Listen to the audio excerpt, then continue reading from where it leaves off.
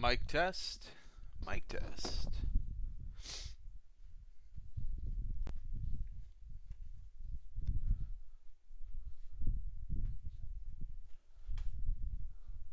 All right, we're good. Good morning. Good day. Hope everybody's having a splendid Monday here. Um, Pretty uneventful for me so far. Family has been, man, a little more demanding today. A little more demanding. Such is life. But anyway, I hope everybody had a good weekend.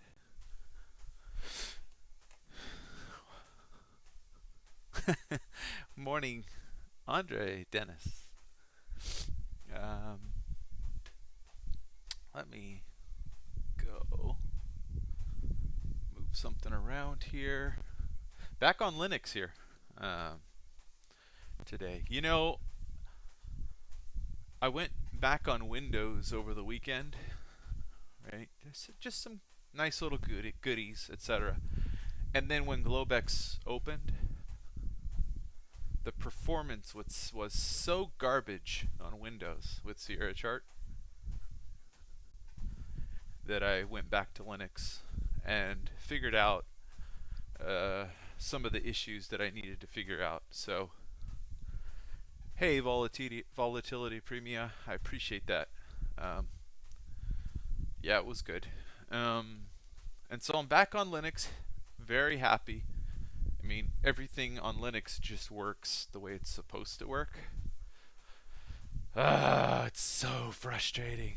Sierra Chart and Windows for me is just sucks so much here.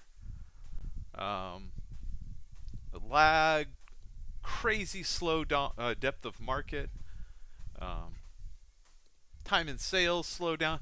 And I'm on version 2393 with Sierra Chart, and I just expected more. That's all. I expected more out of the Windows performance. So I'm over here with the Stream Deck, practicing in Globex with this thing, and it's like lagging half a second. Button presses. I mean, it was ridiculous on Windows. Anyway, got the Stream Deck port working on Linux. What's up, Rainer? Good afternoon, Jonathan. Got the Linux port working. Such a learning curve for me on Linux, even Mint. So, got that working, and now everything's flawless. Just working much better, right? Even screenshot software, I did a little more digging to find something that would work for me for Linux a little bit better than, say, Flameshot. Back again from the Black Forest. That's cool.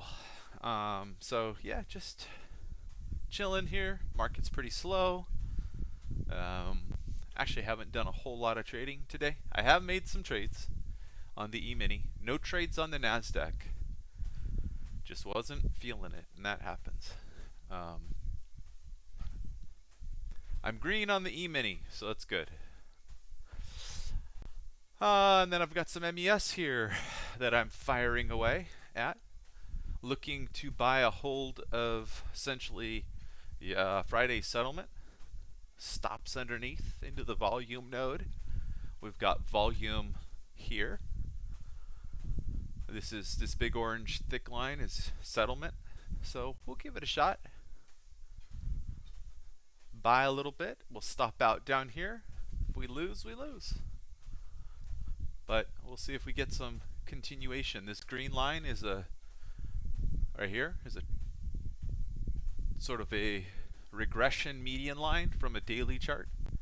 So we're right at resistance. Stops would be above 4,045. So that's kind of the target.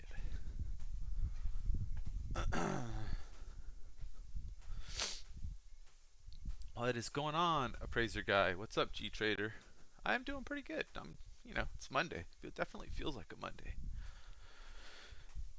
Didn't sleep the best last night for whatever reason. Yeah, T plus one always does its thing. I mean, it's an everyday event, right? Because it's you know, for all the reasons I've stated, it's always significant. It's never not. Even if we don't hold it, then we liquidate through it and then test it from the underside again. So it gives you information all the time. So hence why it's the biggest, fattest line on all my charts. Um, it's just a beautiful thing. So anyway, no trades here. All right, we're coming into the 10 SMA. We're gonna go ahead. Da, da, da. There you go. Da. There we go. Now we got the move. Uh-oh. What happened?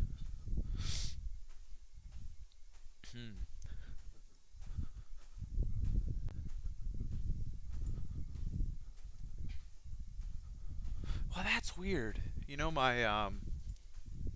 My first big hiccup here with Stream Deck not working correctly. Man, that sucks. That really sucks. Well, what are you gonna do? All right, let's do it again. Wonder if that's just not. No, it should be open. It's a full moon, says Rainer.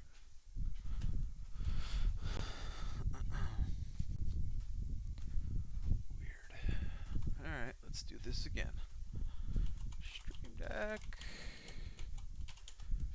That should be it. Let's see. Alright.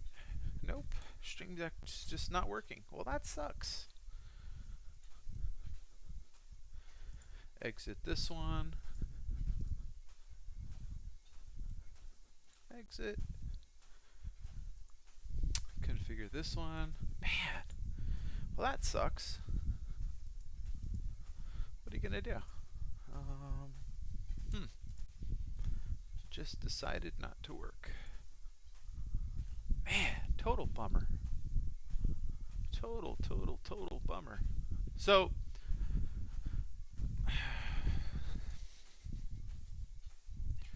yeah, that's why we do what we do.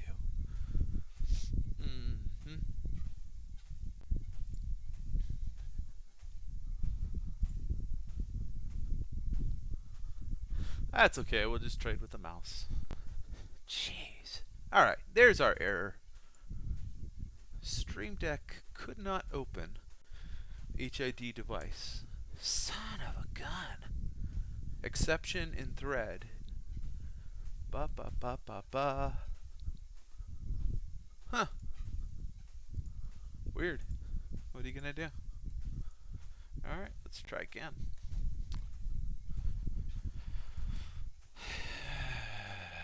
Maybe it's one of the shortcut or hotkeys that I used. That'd be my guess. Nope, just will not turn on. Dang you.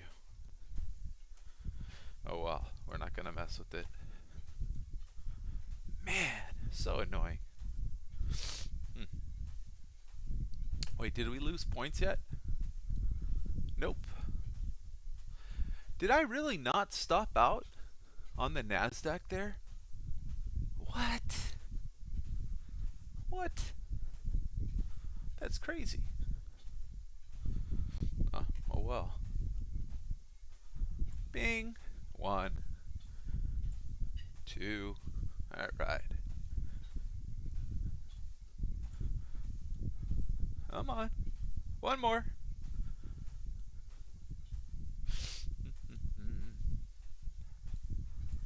There we go.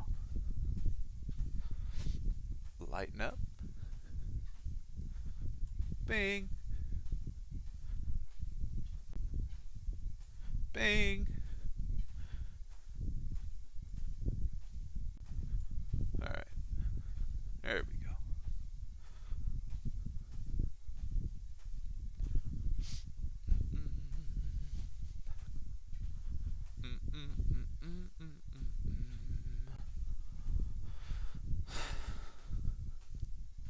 I'm on a treadmill.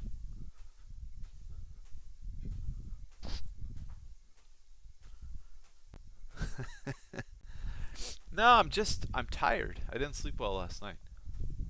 That's what it is. And allergies. You know, I live in California, and I live in the Central Valley, and we're surrounded by mountains, 400 miles of valley, and just mountains all around us, mountains on the coast, Sierra Nevadas to the east, right? The San Gabriels to the south, right? I guess maybe Cascades to the north, blah, blah, blah, blah, blah. Well, that's up in Oregon. But, you know, essentially, mountain ranges all around, and we're the breadbasket of the world farming wise. Pump, pump, pump it up. Oh my goodness. Yes, here we go. We're long 4. Can we lock in any? Is that illegal? Are we not supposed to lock in any profit up here until new highs? 3,000 positive tick. Little liquidity above at 31. We go get it. We're going to go get 34 in a hurry. There it goes. Fink. Someone's stepping in front at 32. Took him. Oh no! Here comes 34. See how we roll? We use settlement. We use settlement to figure out, hey, this market's bullish. Like, what are you talking about, crazy Mike? Yeah, well, you know. Can we let one run after that sweet 1R trade? See, who says you can't make money on micros? That's about the most ridiculous thing I've ever heard. You can't trade micros and make money. You kidding me? 40 points times 5, 4 times 5. That's, I don't know, 200 bucks. You could do it. In what? I don't know. I just opened these positions. 10 minutes? Come on. Extrapolate that. It's still good money. Now, can you always turn over your edge like that? Probably not. Wait, are we out?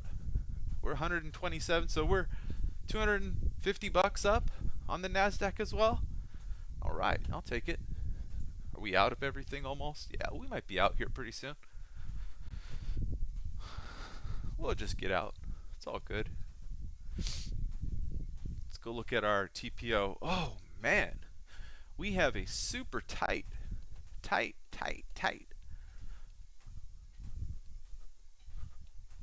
inside neutral day going. Not quite 50% extension up here. Yeah, it's a good idea to take profit. Look.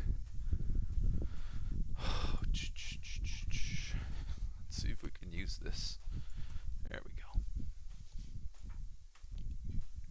So disappointed with this Stream Deck that shut down. More work.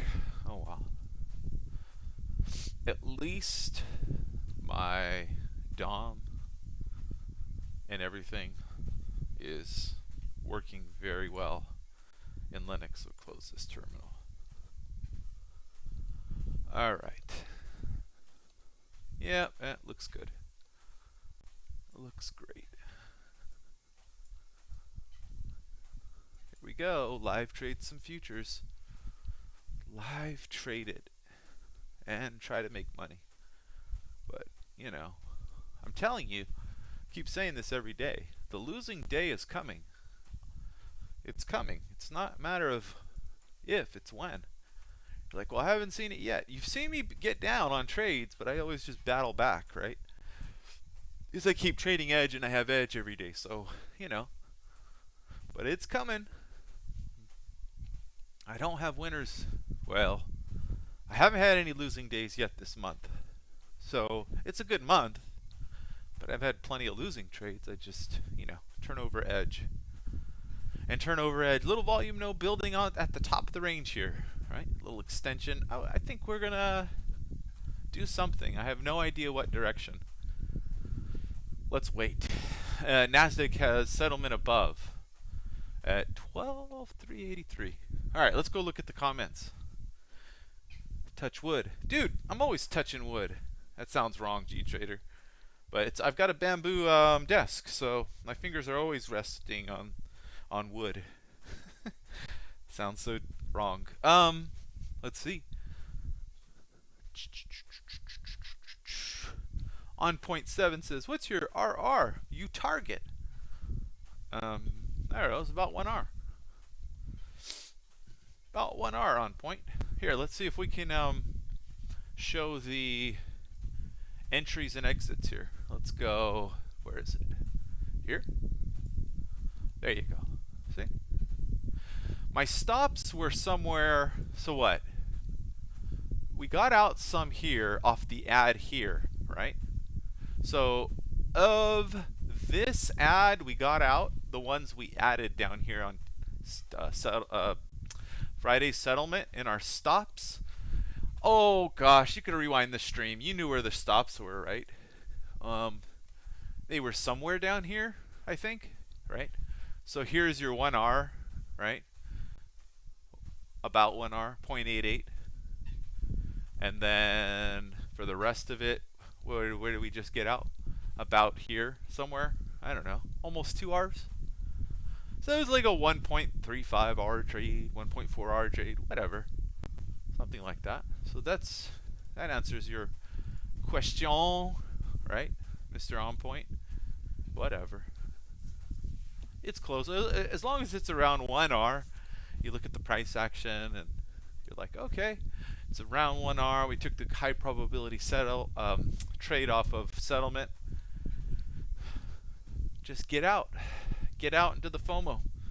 Plus, I was watching the E-mini book, the way that we were moving into the price action, watching my MBO, all those little subtleties there, and you know, you can see volume building in, or at least I could see volume building in real time on my DOM. So I don't always look. This is all just delta here on this right side. It's ask volume minus bid volume.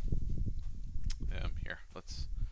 Oh, I'm so sad about these buttons not here. I was getting used to these buttons on the Stream Deck. Oh well. And then this one, let's see. This one, what was the trades here? Right here. So I don't know, where was the, on this one, all right, our entries were about here. So on this one, it was, as far as risk reward goes, our first stop was right underneath. So it's actually right here. We almost got stopped out. So let's say average entry is way down up here. We'll say it's higher, right? Yeah, we'll say it's higher instead of lower. Let's say it was here. Right, even though we got more entries down here, we'll say it's a little higher. Maybe even higher than that. Okay, so we took off some here, average here, 0.56 Rs we took off some. Then we took off the rest right up here, or I didn't take it off. The market took it off for me. It was a trail stop up here at 2 Rs. So I don't know. What was it? Above 1 R probably. I don't know how many came off up here. I wasn't paying attention, to be honest. The market did it for me. It was a trail stop. No profit takers in the system. Market, it just trailed behind the market. Let's see, what was this order type? It trailed behind the market 12 points, and when the market pulled back 12 points, it got me out up here. So there you go. Didn't really have to think about it. We'll turn this off. Okay. Hey, so we're up a few dineros, 250 and about 250. So we're up $500. On micros, this is after commissions too. You can make money on micros. See, I started trading when commissions were really high online. Right? And now people complain about, oh, the micros are so expensive relative to the E-mini contracts, right? Pfft. All this stuff for the amount of margins that you get and the amount of money that you don't need to put up to get into positions, and there's no day trading restrictions on futures, right? You don't have to have a $25,000 account. You guys are spoiled rotten. You guys remember Scott Trade and all these other Old brokerages, that's where I got my start. I remember $14 trades, guys. And then they went to like $8 or $9 and they were bragging about it. And I was like, whoa. But I didn't have 25 grand at the time to day trade. Right? It's a long time ago. I was a wee lad, like many of you. And I was thinking to myself, oh, only $8 or $9 to get in and out of a trade? I'm going to be rich. And then I got hit with SEC D trade rule, and I'm like, what is this? What are these people telling me I can't trade for? This is so complicated. What the heck are they, you know? The internet was less organized way back then. So I was thinking to myself, what the heck is all this crap? Locked myself out. Sucked. But anyway, point is, you can make money with micros. And yeah, they're a little more expensive. But you guys are still really, really, really, really lucky to be able to trade these markets with way less than $25,000 and just trade all day. And like what, 50 cents a side or so on average, right? With a dedicated futures platform. 50 cents a side to hold what? You know, $4,000 times 5, $20,000 notionally, and you can get in on with AMSAFE for $100. Let's just call it $100, right? Most brokers will allow you in day trade margins. Futures, dedicated futures broker, FCM will get you in $100. So you can control $20,000 with $100 and day trade it all you want for 50 cents a side. I mean, come on. You can't. You're just complaining. You're finding reasons to say I can't be profitable. And at 50 cents, it's $1.25 a tick. You're still making 25 cents just to get in and out on a tick. You're still making money on a single tick. Come on now. You can do this. All right, looks like we might try. We pull back. We're gonna go. Let's see.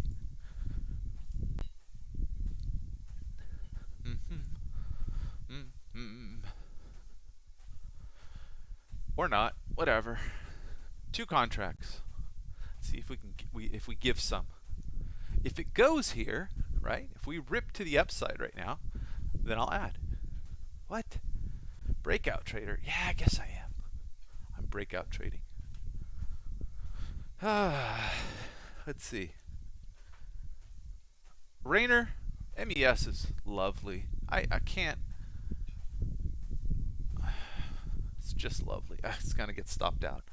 Give some back. Give some back. Oh well. What is that stop loss? 5 points? Yeah, it's a 5-point stop loss. Ba, ba, ba.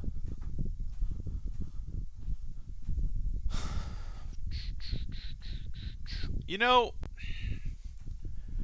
I've got a few questions about this. They're like, all right, so I show net delta here on the right side. They're like, can we filter this? Yeah, you can filter it. You can go right in to your studies and go to, let's say, RTH volume by price, and go right down to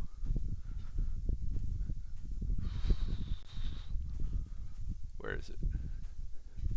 Volume text threshold. Let's say we go, I don't know, 150, and apply it. See that? Now you have only high deltas. For session, again, for session. Why would you do that, though? Why would you do that? Oh, by the way, let me get in here. Whoop.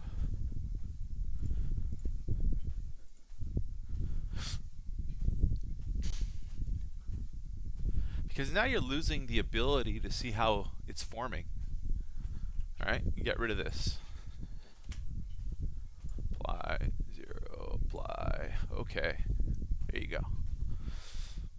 Now you can see momentum and volume, right?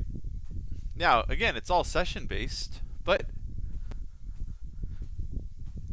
for these people that filter big block deltas at the expense of getting rid of all the other delta, it's like, I don't know, being a scientist and saying, I'm only interested in 3-inch puddles.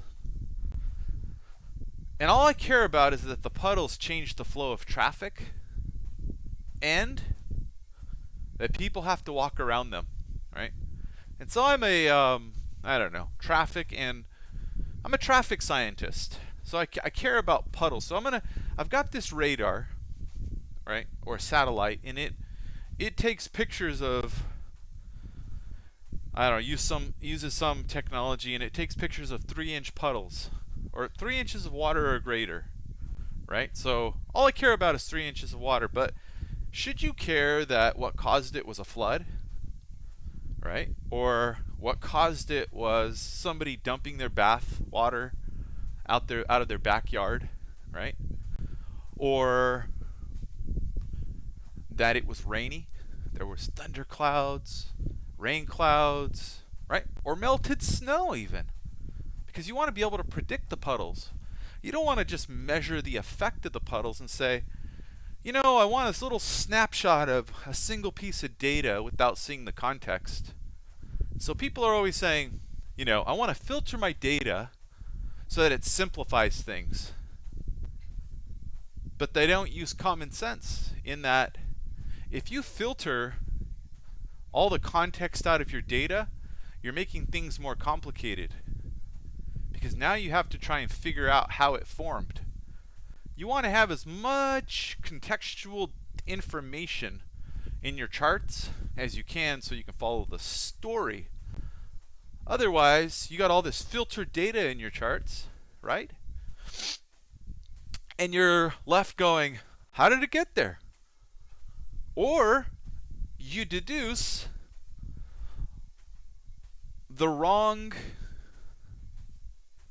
you assume the wrong data because you don't actually have the full picture of data. So you conclude how it got there was wrong, or you miss its significance because it's really not that significant. What's more significant is something else around it, right? But you're like, well, I want to look at the patterns of big delta and how they affect the market. Again, that's like driving by a junkyard and your assumption is that when you see a mashed up car, it's been in an accident recently. Well, maybe it hasn't been in an accident recently. Maybe you're just driving by a junkyard. That's the context. Anyway, argument for don't get rid of these deltas and only filter for big ones. People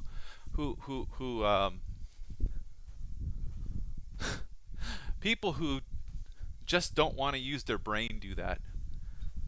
They want to get cute with filtering. Don't do that. Just look at all the data, learn to see how the market forms, and then you'll get a full picture. Anyway, that's my little rant.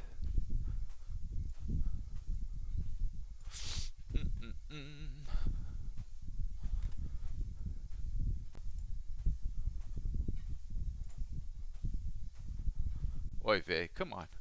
Don't do this to me. Don't do this to me. There we go.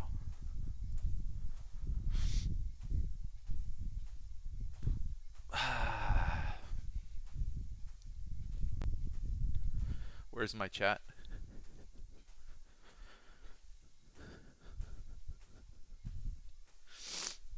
I need to put this back in to the YouTube.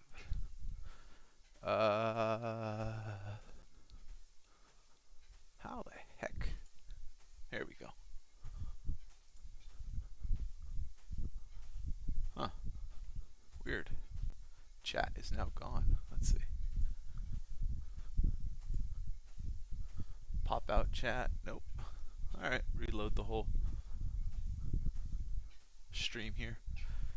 Chat is still gone.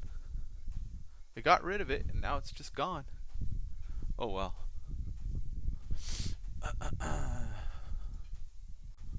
Where are you, chat? Guess I gotta pop it out again. Yeah, there it is. Alright. Can we pop it back in? Chat. I know, man. Okay, let's read some of these comments.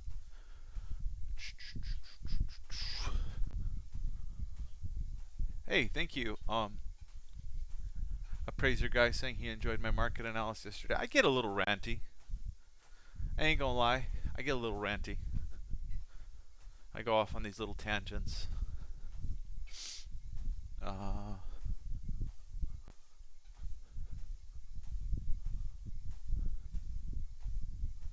So Andy Norton says he's new to SC and he's asking how one extends the last traded price, the dash line, and have its color changed according to price movement. Wasn't able to find that today. So I don't know, maybe there's a way to do it, but this is just the current price line. That's all it is. And I don't know that the current price line will change colors according to whether it's ticking up or down. I don't think it will. Somebody else who's maybe tried that maybe can figure it out, but I haven't figured it out.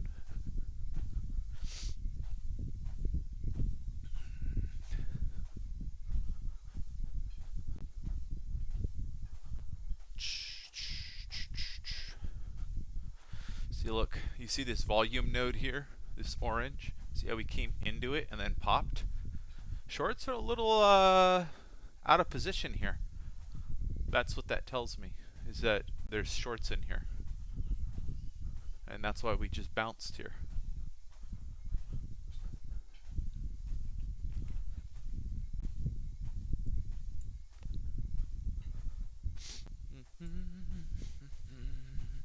For the ones we just bought, we'll take some off.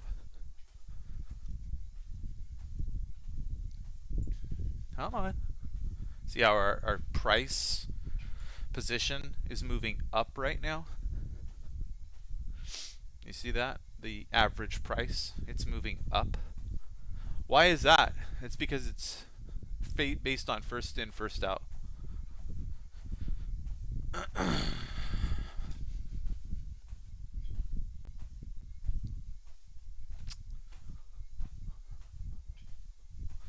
So the 1R trades we just took off, but now we have a bunch left, and so they don't become 1R until somewhere up here.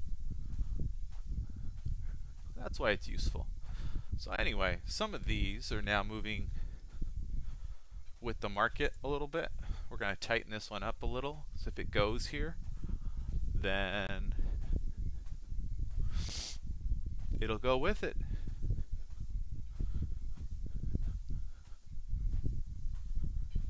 Big ticks, plus 3,000. Go back to the comments here in a second here. Market sweeping up. There's liquidity up at 40 right now. So, and some 11, 10, 30, 10, 25 lots right above. So market will probably just rip through all this liquidity right now.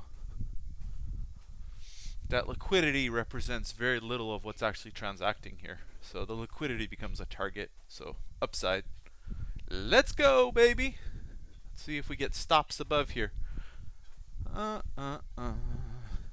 Little 10 lot on the bid. They're going to go hit it. 12 lot at 37.5. Are they going to hit the 12 lot?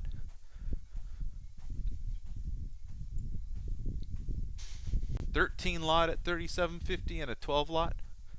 E-mini. Come on. Here's the liquidity at 40. Stops above. Here we go. All right, let's see if we can hit it there. Oh, big ticks. 3,000 ticks. Positive nice CNQ ticks. 100 lot on the bid at 39. I'm getting out. Come on.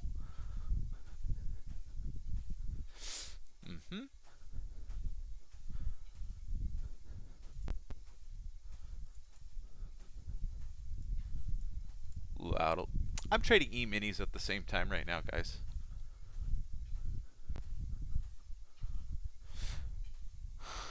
MES for all of you, E-minis for me. So when I'm talking about liquidity and where I'm getting out into liquidity, I don't really care about where I'm getting out MES. I have trailers in there. If it goes, it goes. But when you get someone bidding 100 lots, it's an opportunity for, if you sell down to 100 lots, it's an opportunity for no slip liquidity. You just click on it, whoosh. All right, you don't have these HFT market, or you don't have these HFT guys pulling bids, and then you're stuck trying to get out of a position, and you're sitting on the ask and the market's maybe falling away from you. So there you go. Come on, baby. NASDAQ at liquidity. Let's go. Let's see what we can get here. I think we're going to sell. That's what I think. Because I think NASDAQ is at its settlement. E-mini's above. And there's no liquidity on the ask all the way up to 43.50. So we'll see. I hope I'm wrong for the sake of these micros. I wish I was long NQs. But that's alright.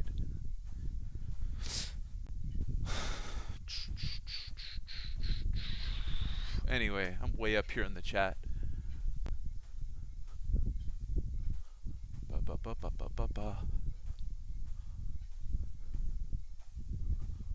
Praiser guy, MBO, market by order. So I'm able to see like the actual size of large players because I can see any order above 10 as a single order. So I just see them stack up using MBO.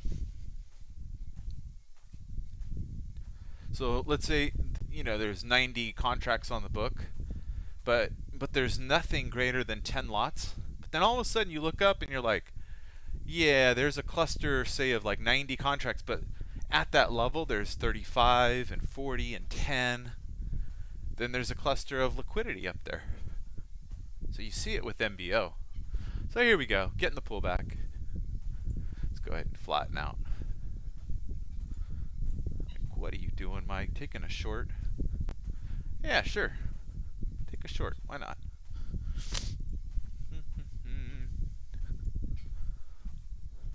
Alright, we lose. Loser.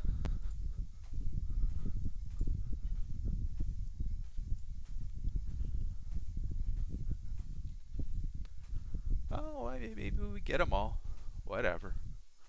We built volume here, and I'm taking the chance that we're going to push back down through the volume. But, you know, could go the opposite way too. Come on. There you go.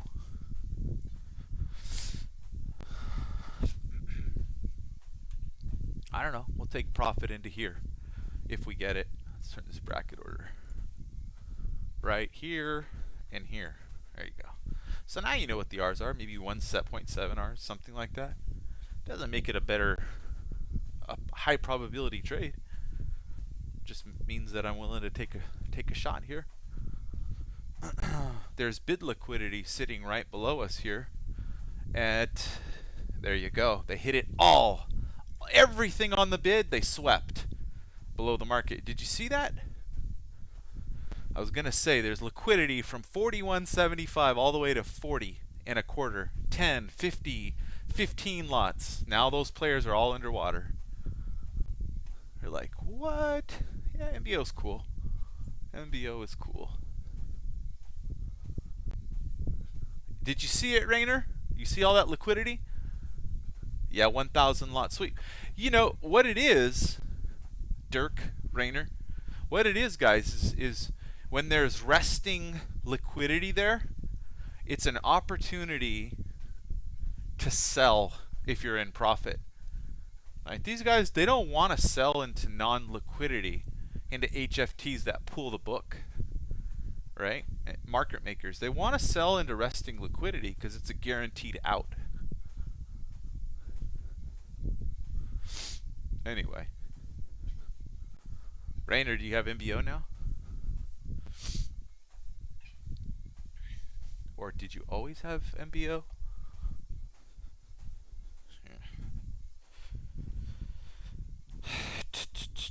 Honda Finance.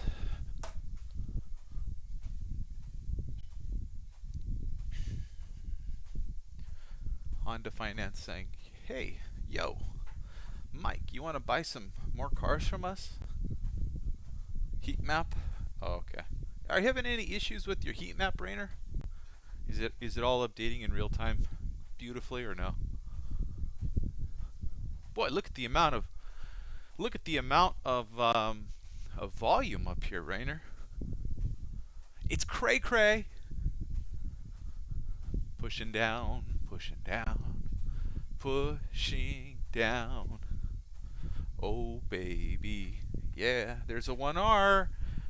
There's a 1R. Come on. There's a 1R exit. We gonna get it? Nope. 40 on the ask now at 39, Rainer. You can get out. There it is. See it? See him hit it? Bing! Hit my stop. See why it goes back up? Resting liquidity. Resting liquidity. Bummer. What a bummer, man. Alright, let's see if we can get this other one down here. Heat map, it works great for me. Okay, cool, man.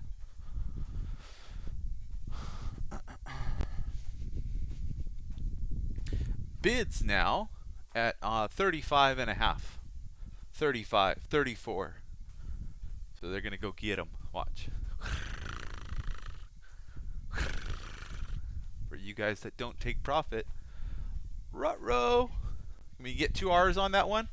We going to get 2 R's? Come on now. Come on now. A little bit lower. Now they're bidding it. A little lower. Now they're bidding it. Come on. Stop, break even. Call it. Call it, Rainer. A little bit more liquidity. Bid side. You gonna go hit me? Oh, look. Liquidity at 35.50. Come on now. Trail it. 50. 50 at 37. Go hit it. Boom. Out. See that? You see how we went right up to 37 and filled that 50 lotter? Punishment for the 50 lotter. Oh, man, I have brackets off. Son of a... Alright. Here's what we'll do. Well, that's okay. Here's what we'll do. We'll just turn the brackets off. We'll get out of that position. We'll take our 3/4 of a tick. Turn brackets back on. Alright. Go punish him. Rainer, short term, get out. We're going to go punish everybody right now. How do I know? I don't know. I just think it's happening.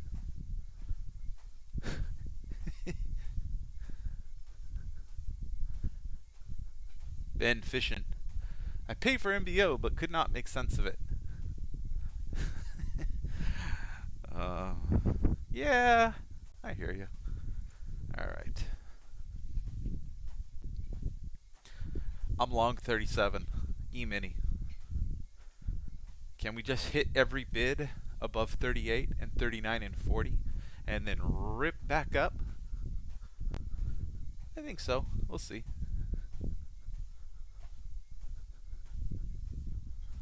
Ba, ba, ba. Ba, ba, ba, ba.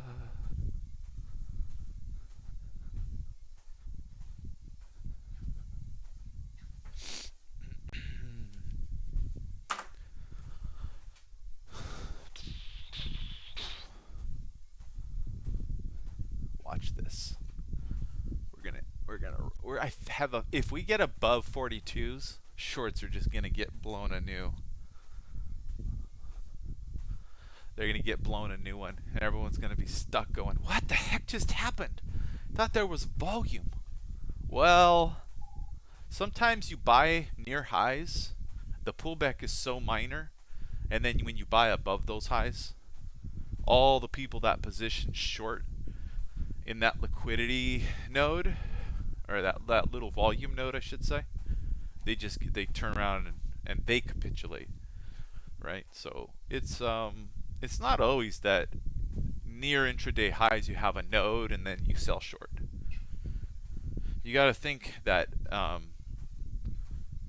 shorts get punished above that. And if you go look at where we're breaking out of, 100% extension is much higher. It's around 50 in terms of the base that we broke out from today. So that's why short term, scalp it. Longer term, go with trend up today. So we just hit 50%, but I expect us to go higher than that. So here we go. I'm long 37. Pay me above 42. Let's go. Pay me above 42.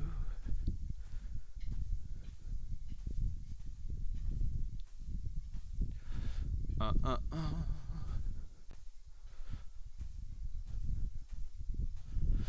right, we'll take 2.5 off here. Why?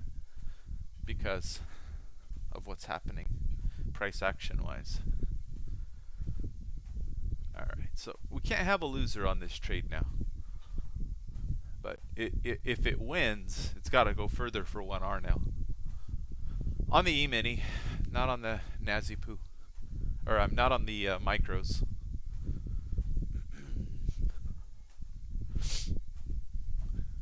Hey, Shane.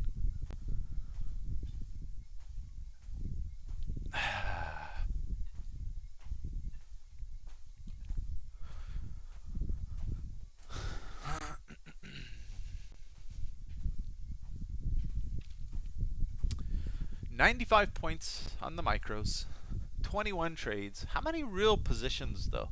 2 or 3, flat to flat. So really, 21 trades or 42 contracts, right? To make, I don't know, 475 bucks. So 475. What's commission? 42 times, I will say 50 cents, so half that, $21 commissions. So commissions are roughly a little over 1%, 2%, something like that, or no more. Let's see, 10, 20, 4% of the total. It's not bad. I know everybody. Hey, Alex Lee, first time. Nice to see you here, my friend.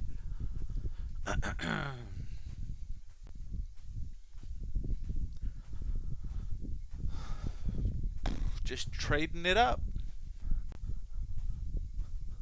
Oh, cool, Rainer. Yeah, that's cool. Yeah, I don't know. Which tutorial was that? Was it the bookmap style?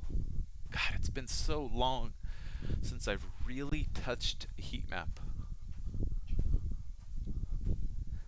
But I'm gonna build a sweet one here pretty soon. I just got to do it. These footprint charts are updating every 30 ms. So these are very fast updating charts. Hence why you can see the price movement. It's like, right? They're like DOMs. I can do that in Linux, can't do it in Windows. In Windows they lag. Windows sucks so hard for Sierra chart performance. For me, anyway. And I've got a good trading PC. It's fairly new. I mean, good specs. It's just ridiculous. That's cool. Yeah, heat map's interesting. Come on now. 42 starts to pay me. Paid. Paid. Yeah. Nice little sweep there. How many lots, Dirk?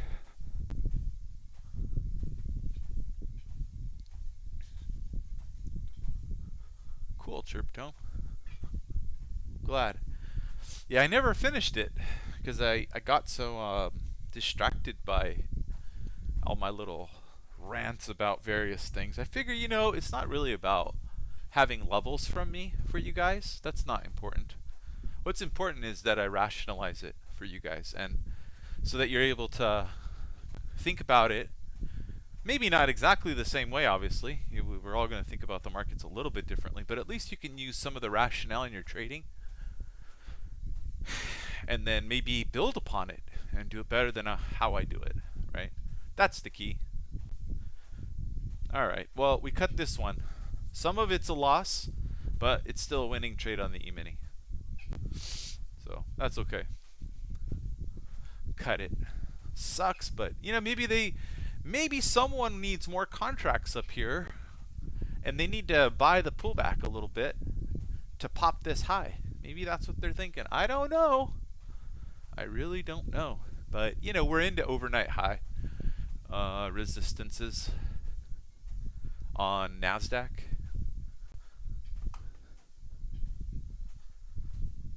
Like pre-market resistances on the NASDAQ. So, you know, nice spot for a pullback. We're into support on the E-mini right below the 10 SMA. Oh, let's give it a shot. Are we not going to get any fills here? Don't do that to me. Come on. There you go. See if we can give some back. Like, why would you say that, Mike? Well, 'cause I have an expectation going into every trade that I'm okay with giving it back. That's just part of trading. You got to cut your losers, right? So, you know, psychologically, me saying, let's see if we can give some back, is like I'm accepting that we might just give it back. Fine with me. So what? We give it back. Cool, Ben Fishing. I'm glad to hear it. Yeah, that's what this is right here. Quantity long 2, and then here, you know what? These are transparent, so they're not that clear. Let me change it in the chart settings for you guys. Sorry. Chart, where is it? Trading, I believe. Transparent trade drawings. So change that to no in the trading settings for the chart settings. The transparent trade drawings, and then hit apply all. Boom! Maybe you guys can see it better now. I don't know, or maybe not. If we turn it off, it looks like this, right? Black background with blue forefront. You guys tell me which one's clearer. This one here, or this one here? This is all clear for me. Because, you know, I wear these glasses. And they're manufactured. Oh God, I missed the 1 hour trade.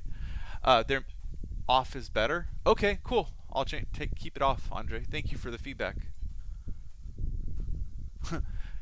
Both works. The second is clear. See, there's delay on here, so I can't remember what I said. I said on, off. You know, I tend to repeat stuff several times. So on point says second one. I don't know what he means. So right now, this is transparent, and then this is transparency off. So you guys tell me, transparency on or off? Anyway, what was I talking about? I don't remember. Oh, my glasses. Not this. Again, you have a delay on point. So I don't know what the delay is right now. Oh, okay, cool. Transparency off is clear. Off. Okay, cool. So that's what I'm doing now. And we're going to get stopped. Why? Because loss of the 10 SMA is not good. It's a weak trend. Don't worry about it. Down to 87.5 points. Whatever. Oh, NASDAQ, there's a little buyer here. Come on. Let's see if they go punish them. They gonna punish this buyer? Let's see. Might just be covering. Here on the NASDAQ. Oh, we got to turn this one off too. Chart settings. I'll move it so you guys can see where I fill. Trading. Still getting used to these chart settings windows. I know some people really hate them, but whatever. Whatevs. I think they're great. The new chart settings windows are great. Okay, there you go. Now we see that. Oh, same thing on the E-mini. Big buyer. Let's see if we can get in here. Scalp this bad boy. Right there. Let's see if we pop a little bit. Get out. Okay. Get out. It's gonna come back down to us, I think. How high is it gonna go? I don't know. Here, I need to tighten up my stops.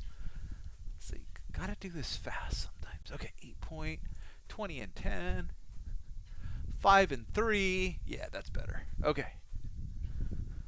NASDAQ is below it. All right, what's the next zone here? Here, here, here. Oh, we're there.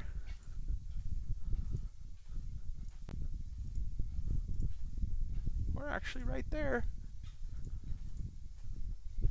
Let's see if we get a little loser here on the NAS. Oh. Loser.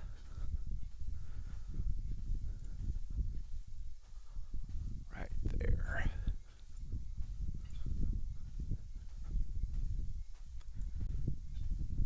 Oh yeah, NASDAQ, come on. We got liquidity right there. We got to get long. Someone came right down to the ask on the NASDAQ and sold it right at 38.39.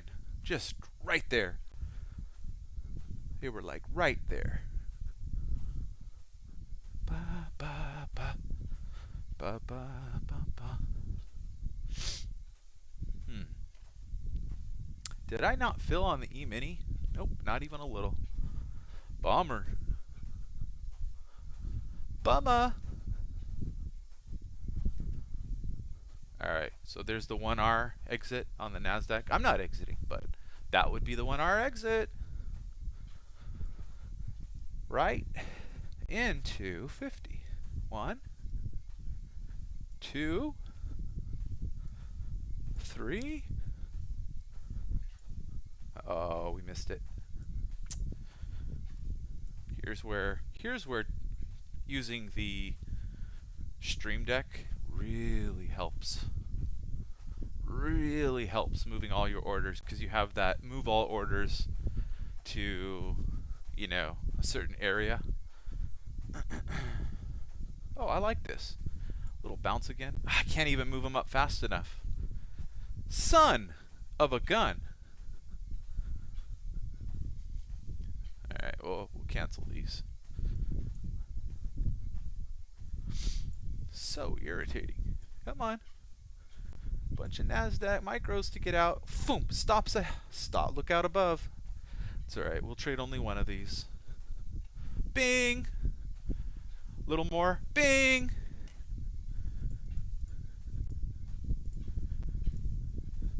Ba, ba, ba. Ba, ba, ba. Alright, where's the 1R stop? Oh, there. And there. Alright, there you go. Come on.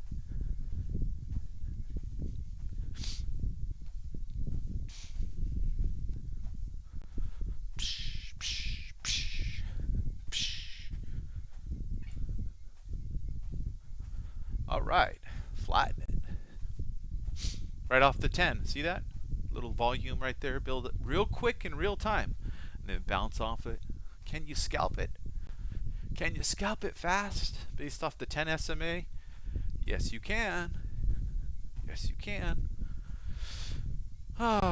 So now our NASDAQ is outperforming our, I don't know, 330 times 2, $660 versus 9 times 5, 450 bucks. 455 bucks for the micros. See, NASDAQs are a lot of fun. A lot of fun. A little hard for me to talk and trade at the same time. Can you tell? A little hard. I might be saying gibberish. I don't know.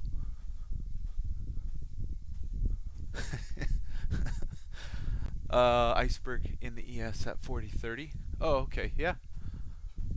Cool, man. Yeah, I can kind of see it, Dirk. Right? You see it right there.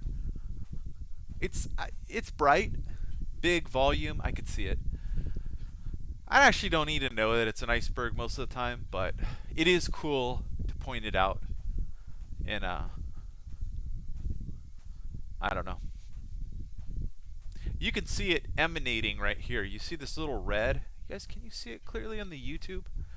Dang, I don't know how to get this chat popped back in. Participants. Maybe if I just go put it there. Nope. So weird. See, it's like this chat is just popped out. It's so stupid.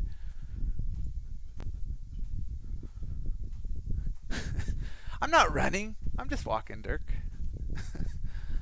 Yeah, you're right, Dirk. Dirk, I miss my boy Zip. I really miss him. He hasn't been around enough. He shot me an email 2 days ago and told me about his life and asked about my little ones. But golly, I miss our long conversations. I really miss him. He's a good man. Anyway, try clicking theater, then full screen. Thank you, Ben. Let me give it a shot. I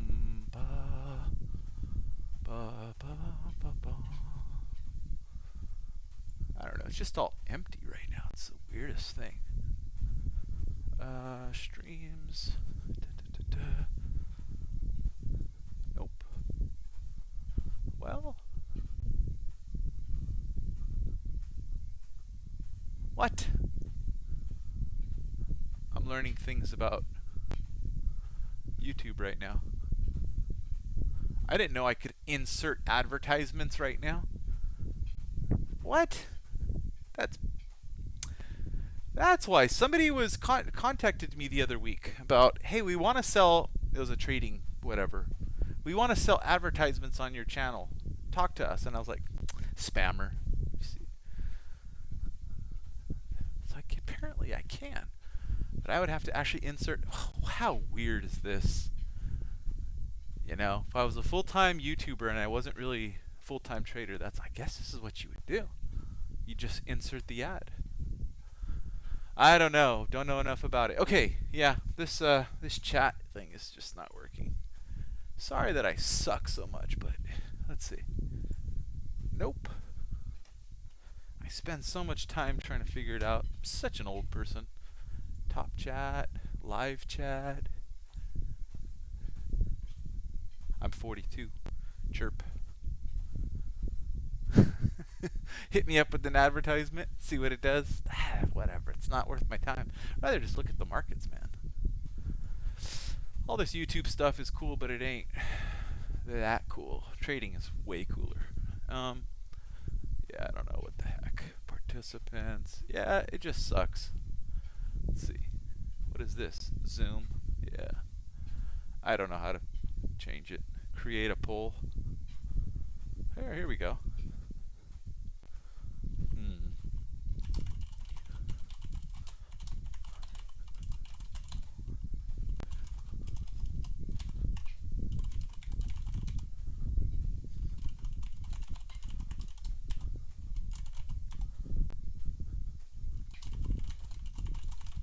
Here's a poll coming, guys. Bing! How's that? You guys see the poll? Hope so.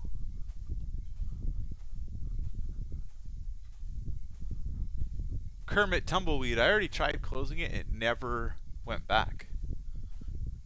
Now you guys should see the poll. There's delay. There's freaking delay.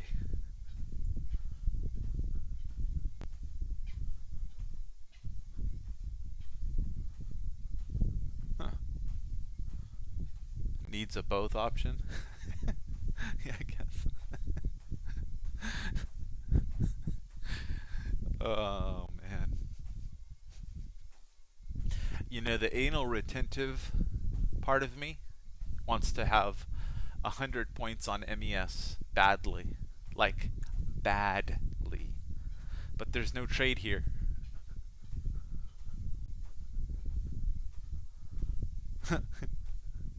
Chris is like, Chris, when I see a comment like that, and I know you don't mean it this way, but all I hear is, or all I see is, do everything for us, Mike, and don't spend any time with your kids or family.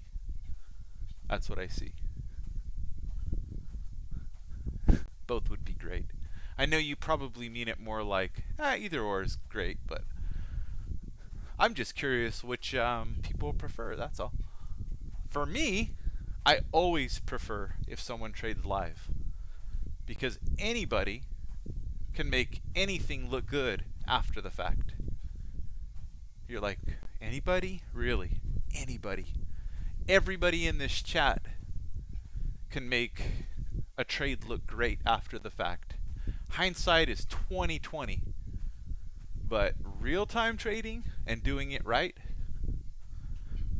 that's the only way you know if somebody knows their shit. That's the truth. Only way. Because even if you use something like TraderView, people can edit all that stuff to make themselves look good. But what I can't edit is whether in the next 10 seconds on a live stream, whether I look like a complete idiot. I cannot edit that. So this is why I repeatedly tell people, if you're going to pay somebody to give you trade signals, they better be able to do it ahead of time for you well. That's all. End of discussion. End of discussion. Trial period should include signals. It's the only way. Everything else is subject to fakery. That's right.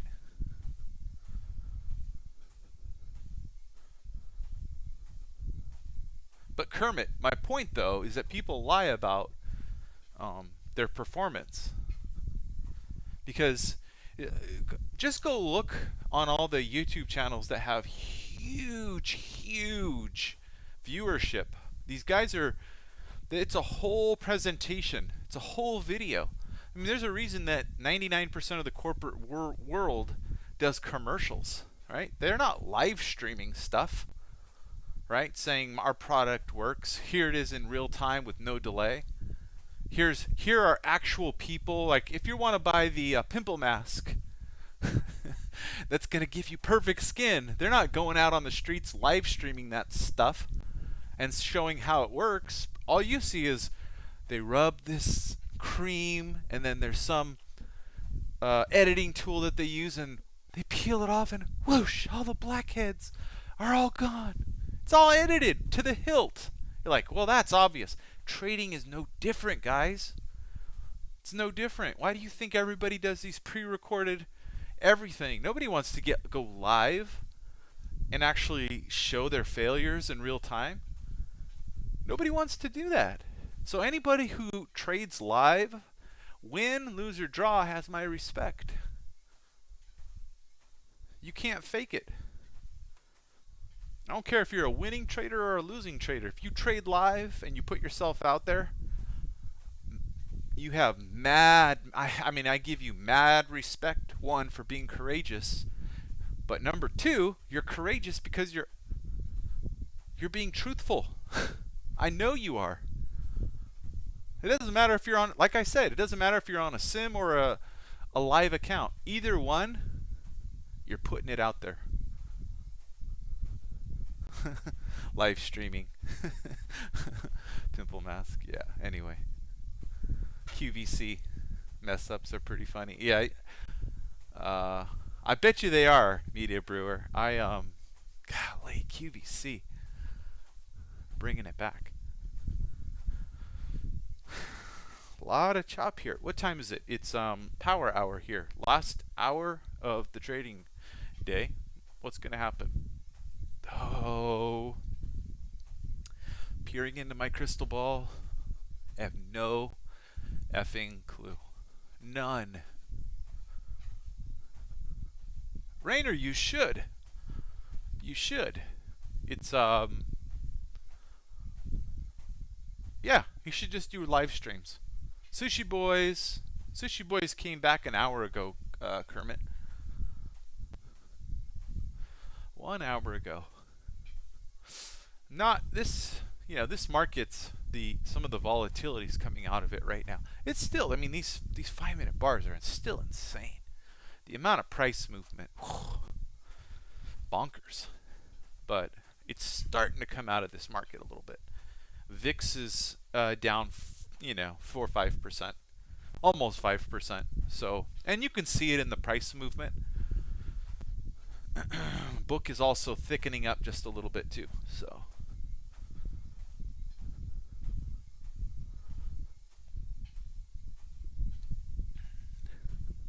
Oliver, I wish you well. I actually wanted to go short here 2 bars ago, but it's not high probability here. It's middle of the range. Technically, I mean, it's what it is. It's middle of the range right now. So here's a little theory for you, right? So this is our range. Okay, we have Here, let me see if this will work. Nope, it doesn't work. Okay, so we have volume here, here, here, and here. So my expectation, despite poor location, would be for this to range back and for all of this to act like gravity, right? For us to go test it. And then that's apart from the fact that, on a 5-minute chart or whatever, right, we are sort of moving into highs, right? That's just the short term. So like intraday, I think maybe we'll come back and test below here.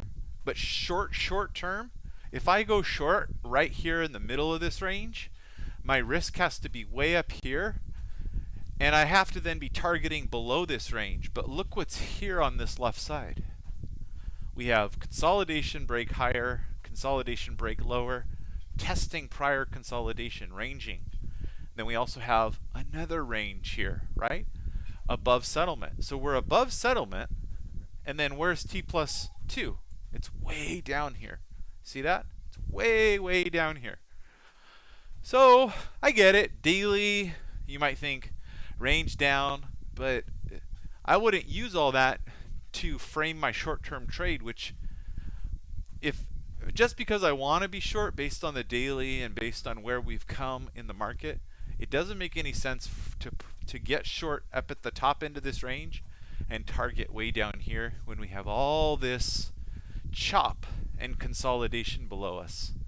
It just doesn't make any sense. And short term, it makes a lot more sense to go test volume up here.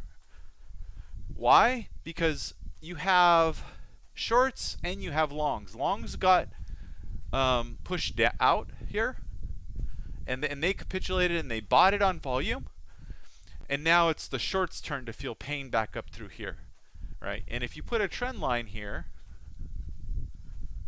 right here, we'll do it in green so we know the people are going to buy it. If you put a trend line here and you break this, you're going to get stops. And now if they push it up here, this is going to act like gravity. So the longs remaining here will likely sell it, but now you have this trend line, so you're going to find stops up here. And so short term, you might push all the way up to here, but then there's going to be longs who sell here, and there's likely going to be volume that builds again here. So if you got longs smartly through here, what are you going to do? You're going to push it up. First area is here.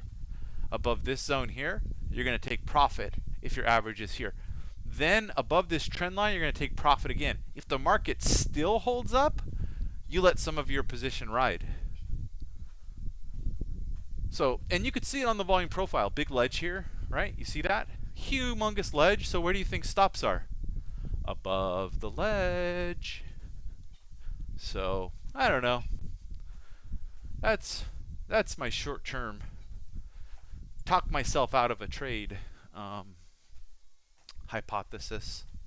and why I don't take anything right here, right now, right here, right here, right now. Anyway,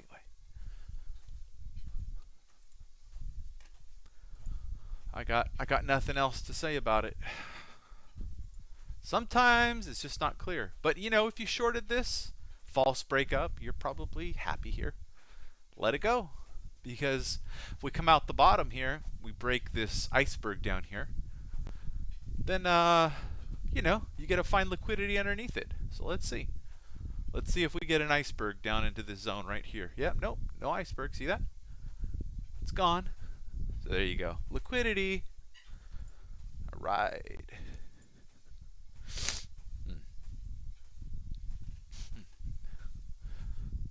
All right, take one and another. Didn't work. Man, now we're losing money.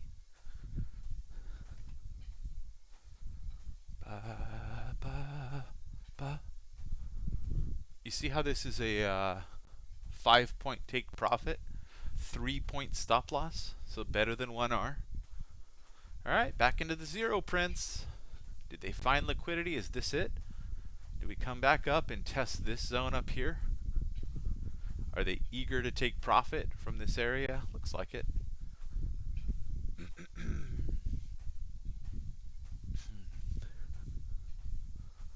All right, big ticks to the downside, negative 3,000. Hey, somebody absorbing right here. You see that? At 25, iceberg. No, it's not an iceberg. 263 lots. Oh, that's a large lot. It's not even an iceberg. Oh, they're going to punish them. Watch. Let's see. Unless they're an iceberg refilling. Let's see. Yeah, 685. There might be an iceberg on it. Oh, how interesting. I like it. So if you're short from up here and somebody's willing to sell this area, you're going to go take out that liquidity. That's what you're going to do. You are going to take out that liquidity because it's a free cover zone essentially for you. You don't care. You're like, oh, you're going to put all that liquidity there? Sweet, I can cover out of my position in a few seconds now. Think about it from that perspective. Guaranteed exit at specific tick. So that's why they go fill it so quick. It's a short covering from essentially up here. They get to go fill it right here quickly. So that's nice.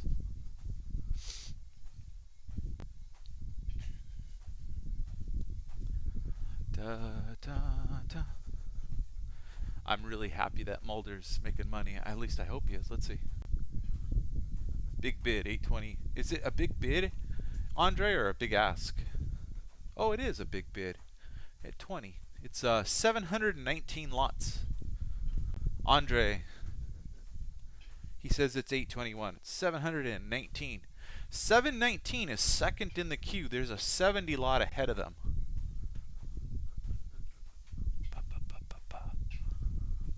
Live is winning the poll here. Live is winning the poll.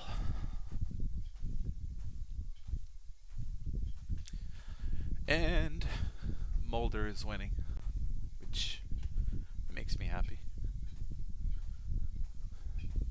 They're going to go fill it on settle, but not before they bounce it. Maybe. Bing! I'm going to go get my stops. That's fine.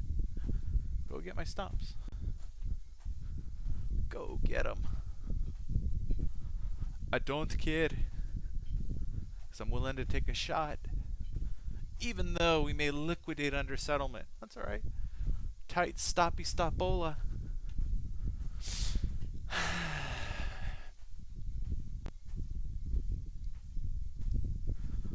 Bing. Watch them fight back. There was a big lot that filled just now at, looks like 20 again. Alright, there's another stop. We'll try again. try.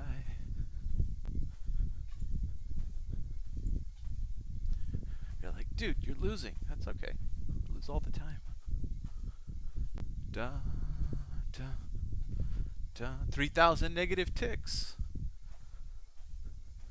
Market is it still right? I'm just going counter trend right here. Value area high. Can we lose some more money? Yeah, we might. We might push down, get my stops first, then go up. That happens.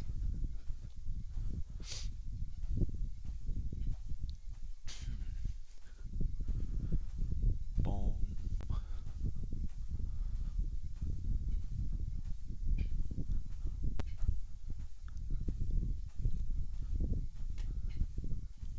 POC came up.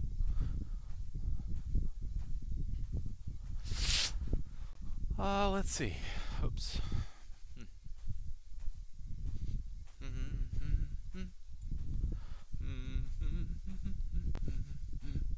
You see this 885 here? How many people bought ahead? Maybe a few.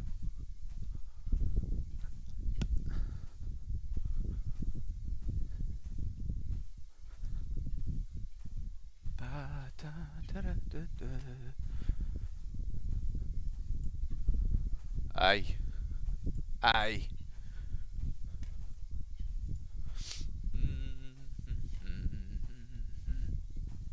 So that's a 1.3R trade, essentially, if we get them all filled. Hey, there we go. Got them all filled. We got them all filled on MES. Only 14 contracts up there on ES at 2175, which is interesting. Must be some slippage or something.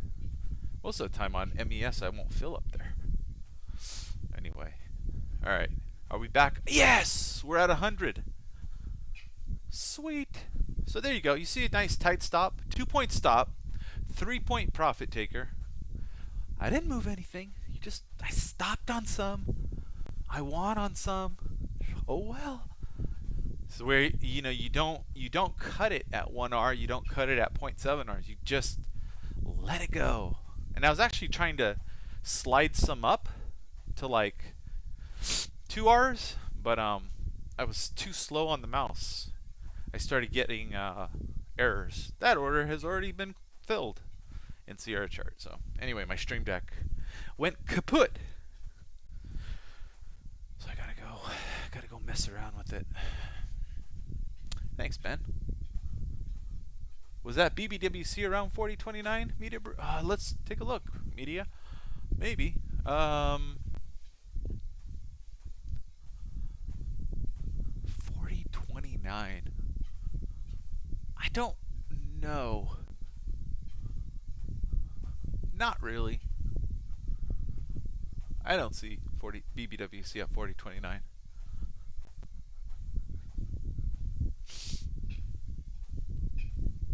Anyway, let's go see what we can see. Some zero prints here. Filled some in just now.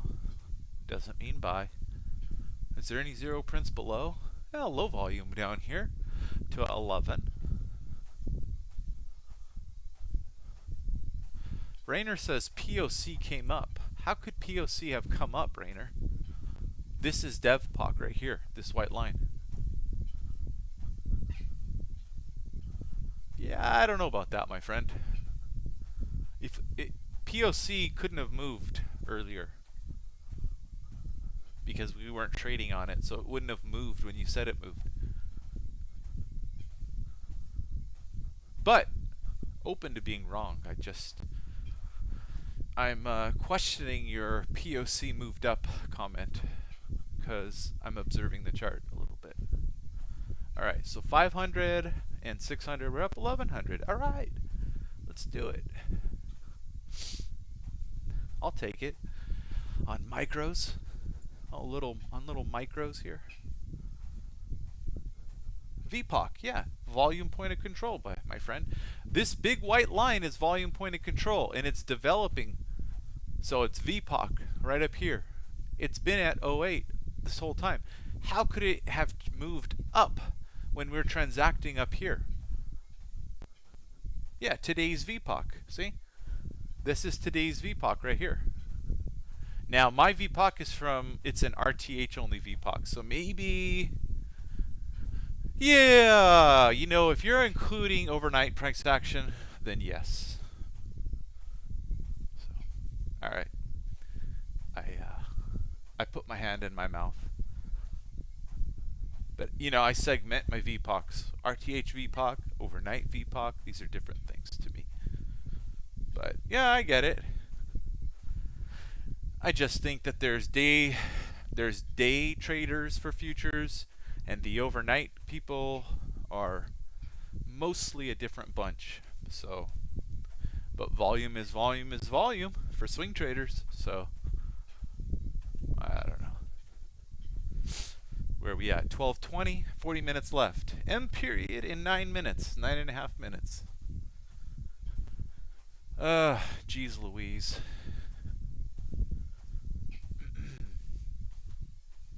How much delay is on the... Yeah, I use another setup. I'd love to see your setup one day, Rainer. Love to see it. Maybe on Discord. You can stream your screen. I used to do that all the time in Discord. We'd 30-minute TPO and volume profile. Yeah, I don't know. Those TPOs are kind of I don't have issues with the volume on those, but I think some people have some funky settings. Make it a group party. Yeah, I don't know. I'm not in Discord like every day or even once a week. It's like once every week and a half.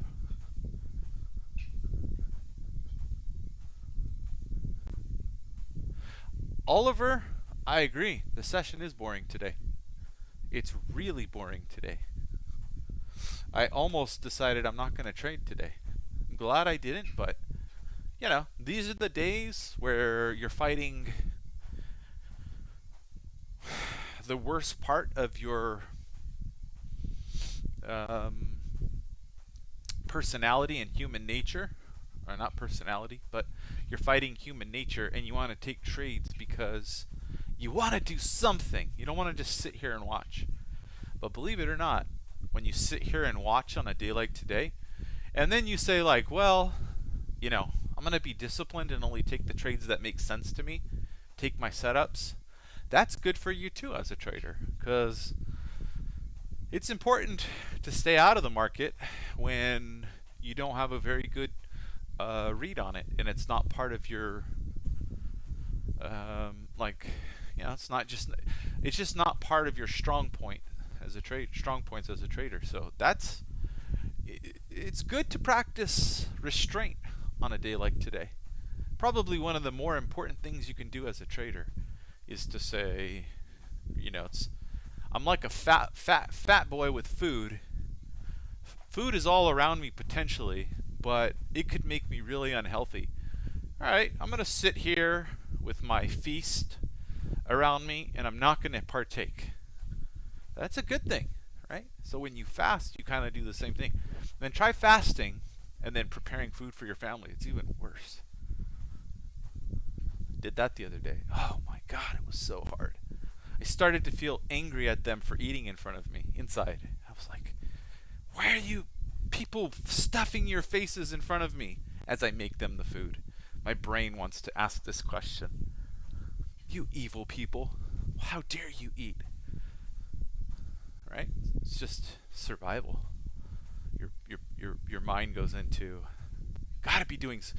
If there's food around, you should be eating. If there's movement around in the market, you should be trading. No, wait for your setup. A lot of people like to buy POC. Watch this.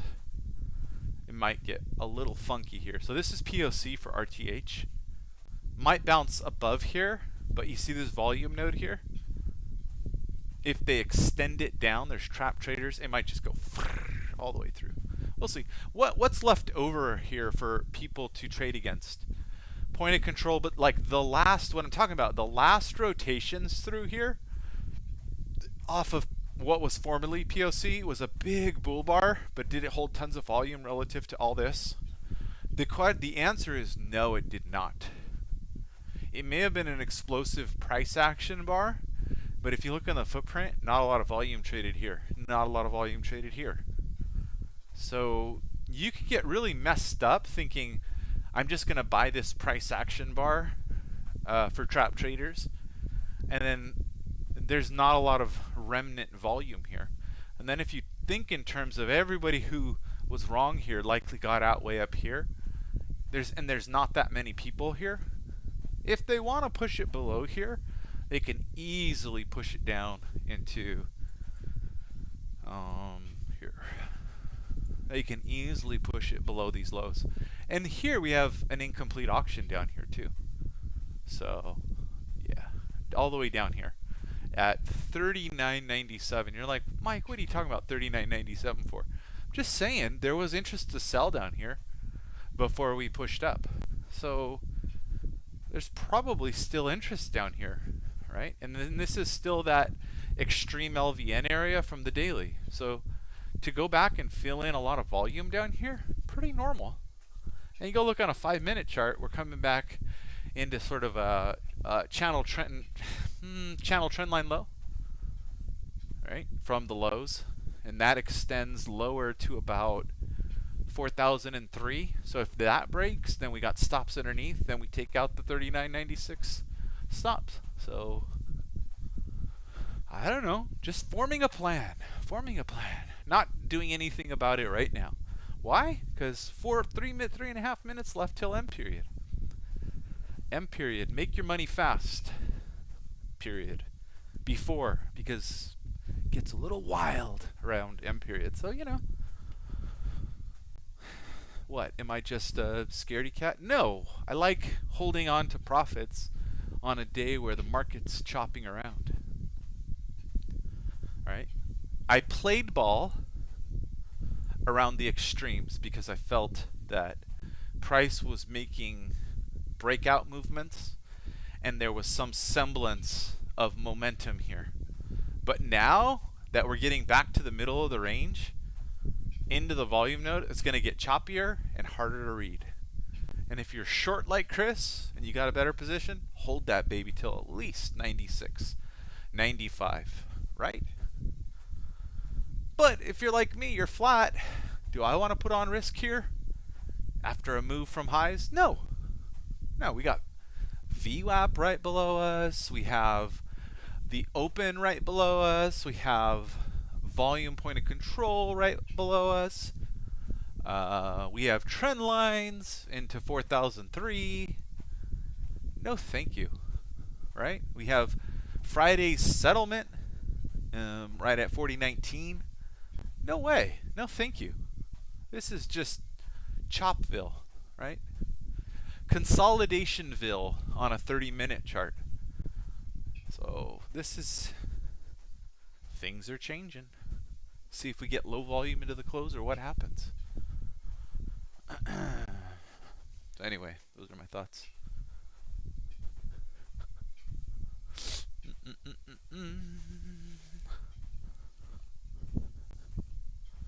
Yeah, Oliver, that's me. Zip made a bunch of studies that were based on I don't know, some discussions we had,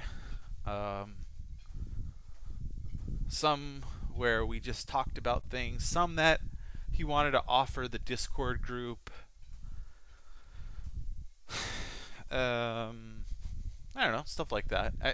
There's no, he may have a philosophy behind it. I'm not sure, but yeah, anyway. He was making, so, you know, I did one video about market sweeps and how you could use the bid-ask volume lines, right? It shows you the best bid, best ask, and they chart on a line. And then if you use the last price line, if the last price falls way below the bid ask, and then the bid ask a slight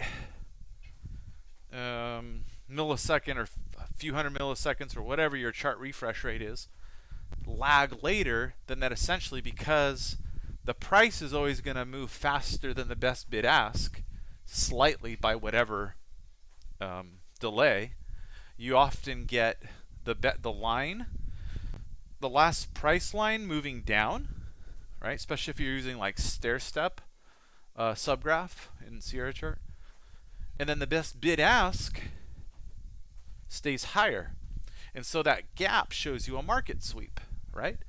And so I told Zip, I was like, hey, if you look at the difference of those and then using a volume chart, 100 volume chart, calculate that into a study, then you can put a bubble at the bottom and show the size of the sweep.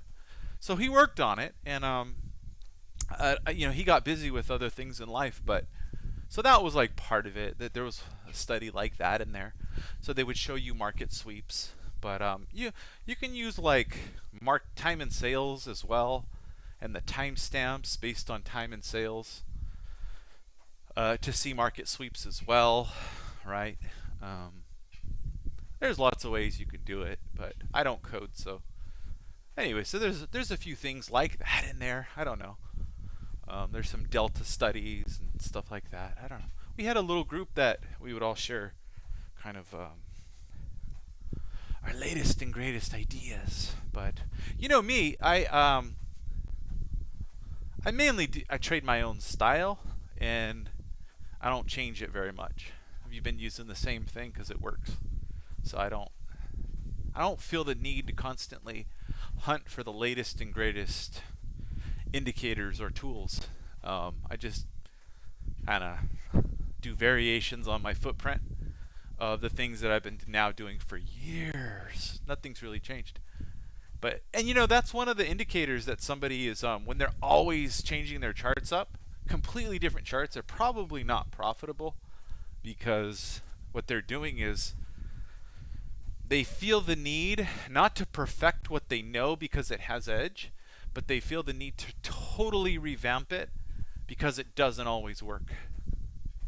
So, when I was around people that were constantly hunting for the next best thing, I always kept that in the back of my head. I was like, the fact that you guys always want to change it up doesn't inspire a lot of confidence with me, right? And I'm not being insulting by talking about it. I was very transparent with everybody I traded with that was my opinion, and all of them confirmed it, whether it be in DM or on Discord on the mic. Like, yeah, I'm a new trader. I'm still trying to figure it out, and so I got it, that but I'm not there. I don't really want to try a bunch of new things. Let me just keep doing what I'm doing on screen here, and I ain't gonna switch it up every month. I just don't. If you talk to me about something that I can wrap my head around and understand, then I can probably incorporate it into my trading. But if it just adds something that I already look at through the DOM or time and sales or my footprint, but just in a different way, and it gives me one other thing to look at, it's a distraction, because I'm pretty tuned in with my tools. So I don't really want to look at the latest, greatest thingamajigger and have to process it when I'm already clicking and taking money out of the market consistently at a very good clip. Like at a high. If you guys saw my trading stats, you'd be like, holy shit, this guy's the real deal. But a reason I won't share them is because I would rather share in person or live what I'm doing, because I know that everybody is going to come at me for trading stats. They're going to be like, prove it. And then what? I end up having to show my to prove it. If I want to go down that, I got to show my my broker statements. And then I got to edit for size. It's just a pain in the ass. So yes, can I quickly go in, show you all my trade stats? I could do that, but a lot of people are not. They're not going to believe it anyway. They're going to be like, no way, no way you have a whatever win rate. And people get too caught up in that anyway. They're like, oh, I got a 90% win rate. And it's like, well, how much risk are you taking to get there, right? What's your average take profit versus your average stop out? Is your average loser way bigger than your average winner? Right? So stuff like that matters more than win rate. And people, I don't want to mislead new traders and have them so focused on win rate versus how big are your biggest, or how big are your average winners versus average losers. So that's what I'm demonstrating it on screen. This is how I play. And this is how I can take money out of the market around 1R, right? And you guys have heard me over and over talk about 0.8 Rs. I can do at a high win rate, above 90%. But I've been chasing 1R trading at about 80%. That's, for me, in volatility, that's a sweeter spot. And taking off at less than 1R does something to me psychologically, where it gives me bad habits.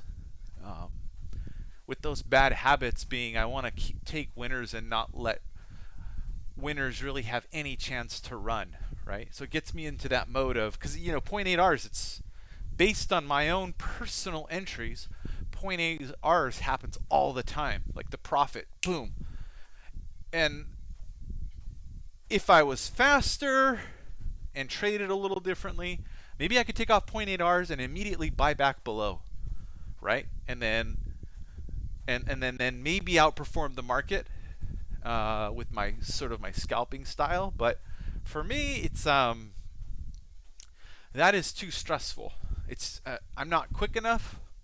Well, I could be, but with my Stream Deck and the way it's not been working, or on when it hasn't been working out so great. And that's what I would want to use, is like shortcut keys and stuff like that. So I'm just, I've got a nice Corsair keyboard that has like these G keys on the side.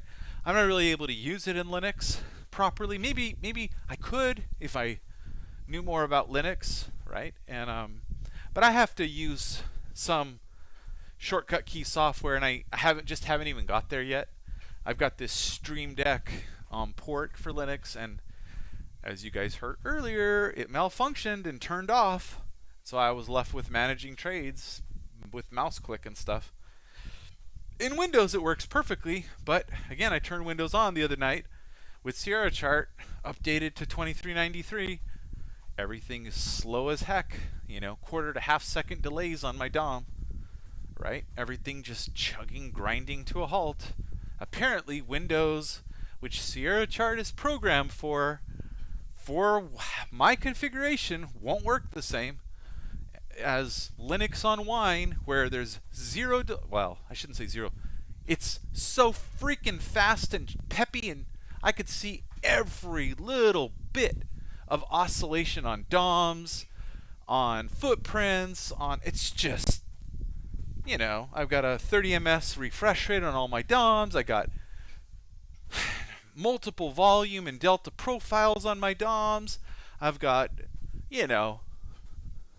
whatever, 1,000 studies loaded, right? All tick by tick data in Linux, no lag, right? Using 2 or 3% of my system capacity. Go over to Windows and I'm like 8, 9, 12, 15%. Right? And then memory is too high. It's not even processing correctly.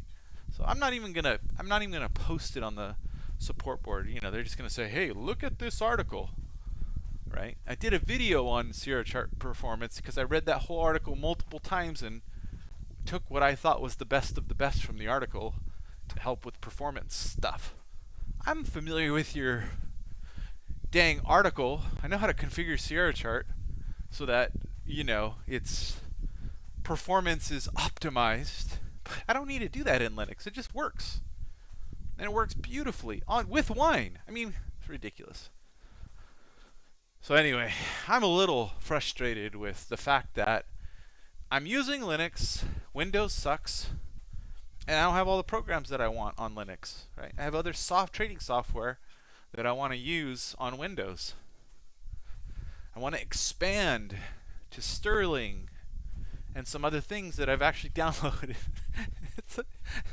I want to be able to use Elgato and IQ and have multiple shortcuts on this big old keyboard that has special keys that I bought just because I wanted more shortcut keys for trading. And I'm not able to use it because I'm on Linux, because I don't code, because I am still learning the lingo. I'm still learning how to get into profiles and modify the code in there to allow these ports to work, etc. It's not for everybody. So I'm slowly learning it all. It's working. So ultimately, am I happier on Linux? Yes, I am. So I should quit complaining. Anyway, 20 minutes left until the close.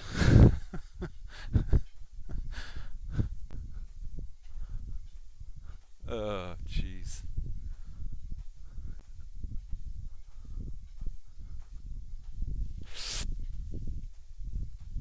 Ben Fishin says, "Hey man, stop reading my journal." I wasn't looking at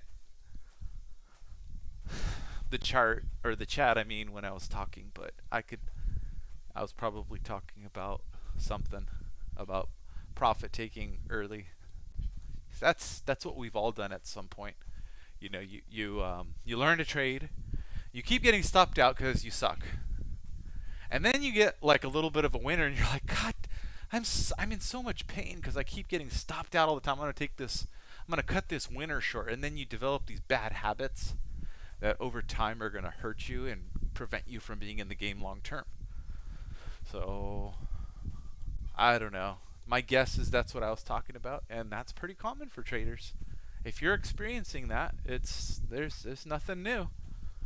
Anyway, 4005 Mulder, Oliver, you gonna hold it to 94, 95, 96? Why not? Why not? Hold that bad boy. Hold the line. Hold. Hold. We haven't had the washout yet above POC. Right? People bought, and now they're like, oh no. Oh no. I'm supposed to blindly buy POC on the NASDAQ. Well, if you're scalping, you did okay. If you're holding for a swing, you're about to puke. Watch. This is the NASDAQ here. Watch the puke. Like, well, if you know it's going to puke, why don't you go short? Okay, let's go short. One. Put a little tight stop on it. Watch the puke. Like, good point. I think it's going to puke. We'll see. Well done, Oliver. Glad to hear it. Here comes the puke. So NASDAQ's at an interesting point because it's at a bottom of a trend line.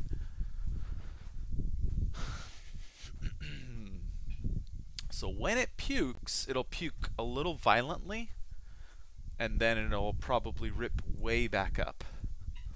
So we're going to do this. Let's lock in the 0.5R trade. Let's lock it in. Here comes the bounce. Watch. Ding. They made new lows. So, all right. You have to look at a 5-minute chart on the NASDAQ. All right, let's bounced. Let's go. Let's get in again. Come on. Come on. I was like, am I going to have to hit the bid to get in? I'd rather just get in kind of somewhere near the bottom. Try again. Try again. All right.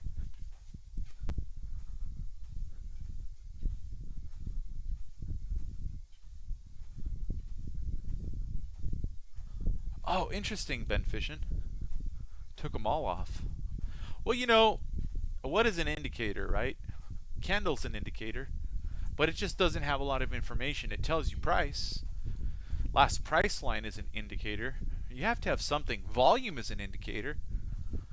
right? You just want to have the things on there that give you the most contextual information, right? Momentum, price, deltas, volume. These are things that make a lot of sense. Oh, I'm in bad location, guys. I'm going to get stopped out. I am just in bad location here. If it goes, it goes, but I'm in bad location. Just letting you know. It just is. I'm in a bad location.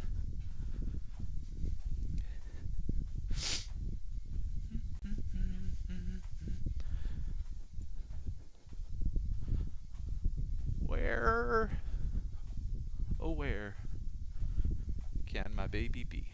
All right. This thing rips back up. It's going to take out all stops even above here. 49. It's going to take it all the stops. You watch.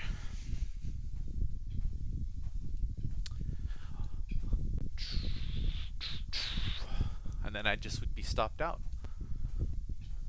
I can always come back and short above this area right into here, where you start to see some weakness, you know. But based on the 5 minutes until rebalancing algo and a bunch of other things, traders are going to get antsy, short-term traders. So, we'll see. Let's see if any liquidity pops up on the NASDAQ that they could then go hit to get out on the ask. And then that'll tell us. You put some liquidity, say at 37, 38, 10. Okay. Are they going to hit it? Let's see. Right at 36.5, I think. Did they immediately go hit it? No, they did not. Liquidity at 38.5. Here we go. They now took the 10. Yeah, it's interesting. They didn't immediately hit it, so maybe a little weaker than I thought. Let's see. Volume in the candle, Ben Fishin. I agree.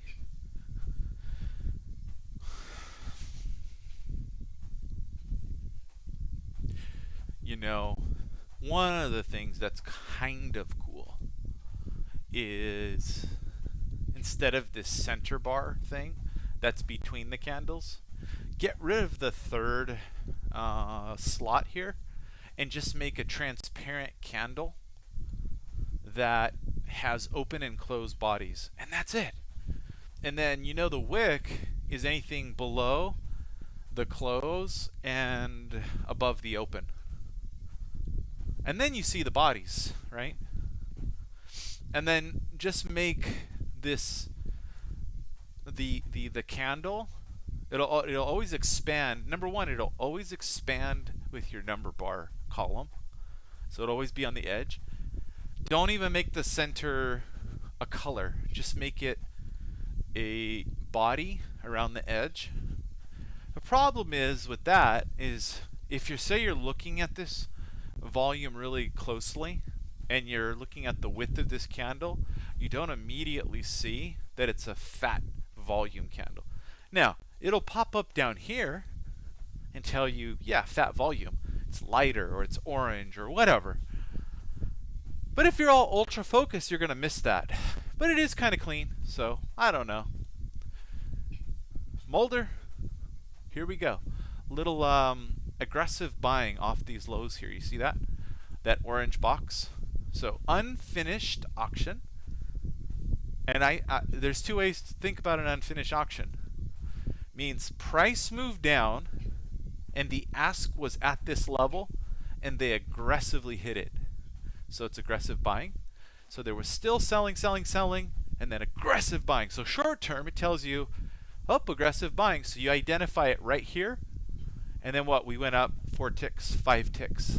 So you can scalp that very quickly if you're fast.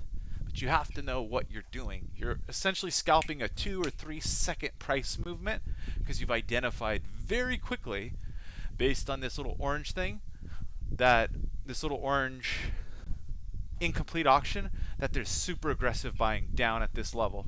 So you can scalp long with the stop underneath the low.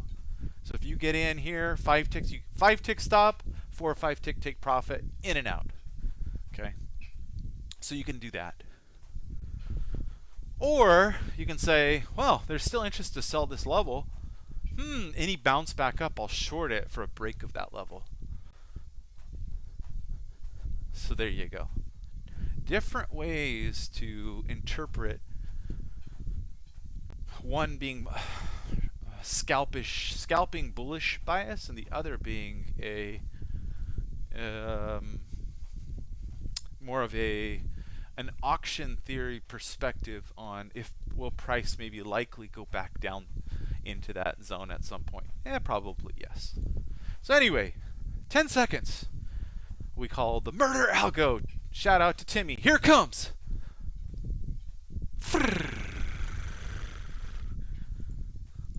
Boop. Can we get it? Can we get it? Nope. They're going to go take it out. 500 lots. 500. Stops above the 500. Let's see. Ooh, no, they're selling ahead of it. Look at me fading myself. Fading my own stops above. I'll get short right up here. Into the 10. Unless I get this. Profit taker. Profit taker. What a terrible place for a profit taker, right? Right at the high of the last candle. What a terrible spot. That's okay. It's 1 micro. Can we do it? Can we make 3 points minus $1? I don't know. I don't know. 2-point stop loss, 3-point profit taker. This is how we roll. Oh yeah. It went mint and they slammed on that liquidity. Bing! When I say oh yeah, that was oh yeah, they're going to go take those asks. And there's more liquidity above. Oh, some big players just got filled right here. Da da da da da da. Can we get a fill? And are we gonna lose some points? Yes, we are. That's okay. Hey, hey, hey. Do we come out ahead? Yes, we do by 2.4 points. Alright, cancel this.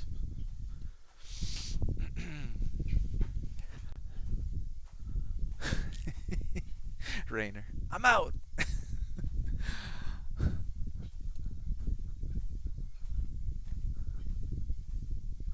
Yeah, nice trade.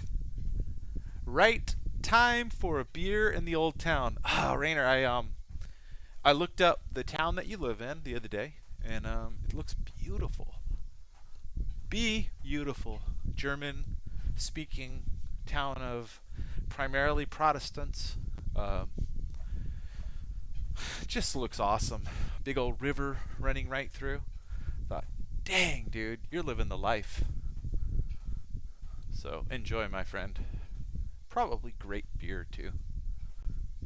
Yeah, I know what it was. I was not saying it because, you know, hey, maybe you wanted privacy. I don't know. Even though you said it on the last stream. Who knows? But yeah, beautiful, man. Love it. So look, took a few more shekels out of the market. Paid for next bag of coffee. No, coffee isn't that expensive. Come on. Are we over 1,000 yet? Yeah, we're over 1,000. Maybe what, 1,200? 1,200, something like that. Yeah. Seems pretty nice. All right. 12:53. Oh, it's time to. Again, I really want to show you guys volume charts. How about we do this? How about we take a volume chart from, and we get rid of the NASDAQ on the bottom there. We put a volume chart on the close because it's more interesting to look at. All right, chart. Show title bar. There you go. Let's do this. Zinc. Whoop. There it is. All right. Da, da, da. Man, nice trade, Oliver. Nice trade. Inverted head and shoulders. What? What are you talking about, Mike?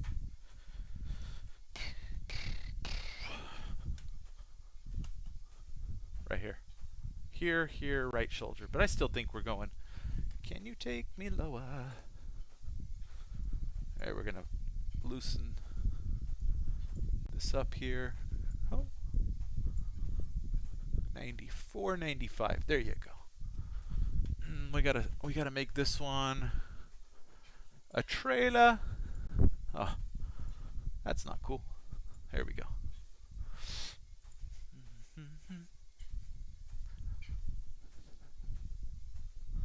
Oh. I did bad. Okay, there we go.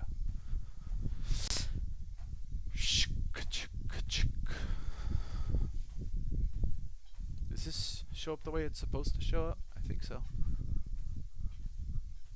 Yeah, that's good. All right. Won't be helpful because this is an E-mini chart. This is an E-mini and micro chart up at the top, so not useful to turn on the orders here on the E-mini. Unless you want to see me take E-mini positions. But I don't really want you to see me take E-mini positions.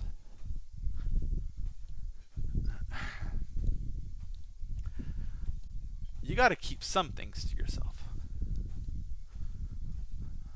Da, da, da, da, da, da, da, da, ba, ba, ba.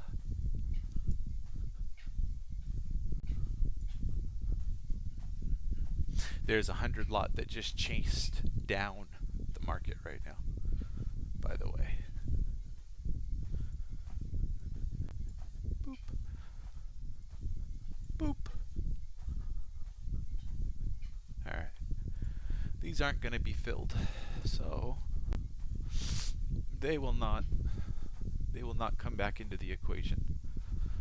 The market breaks down further, so stops underneath this low here. You watch. They're going to go get them. 97.50. Thump. Why wouldn't you go find that liquidity? Here we go. 97.50. Here come the stops. Chink. Oh, I guess not. I guess they're like, we tried and there was no interest. Nothing wrong with that. Stay here for a month? Do you really want me to stay there for a month with a 4-month-old little girl that cries at night? Rainer, you sure you know what you're asking?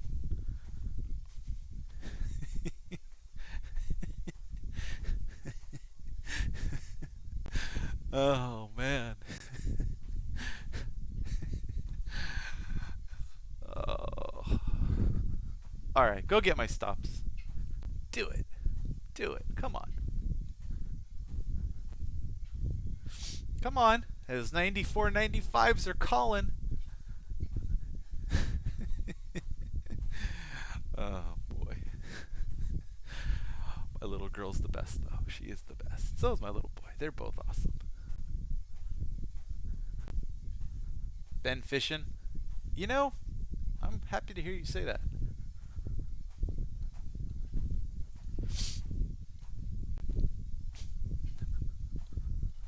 Da, da, da, da, da, da, da, da, da.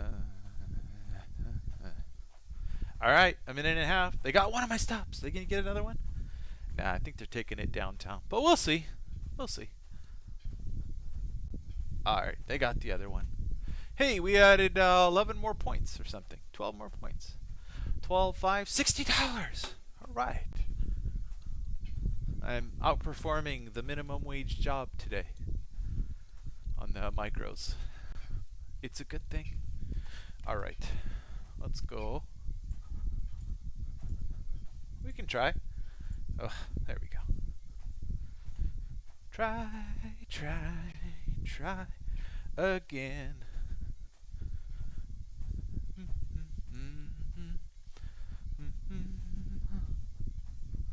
30 seconds left. Let's see what settlement does here. Brink, brink. You see this? The settlement line here. Let's see how much we can give back. To the open. To the open.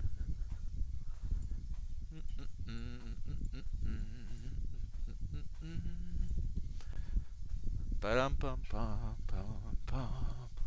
Settlement below us. Settlement below us. Ching! Let's see if we go back to settlement. Let's see if we go back to settlement. Back to settlement. The Settlemente trade. What are we at? We're 11 micros short. Oh, let's go. Where is settlement? A little bit lower? You know, maybe we're in the stop zone. Oh, back to 94.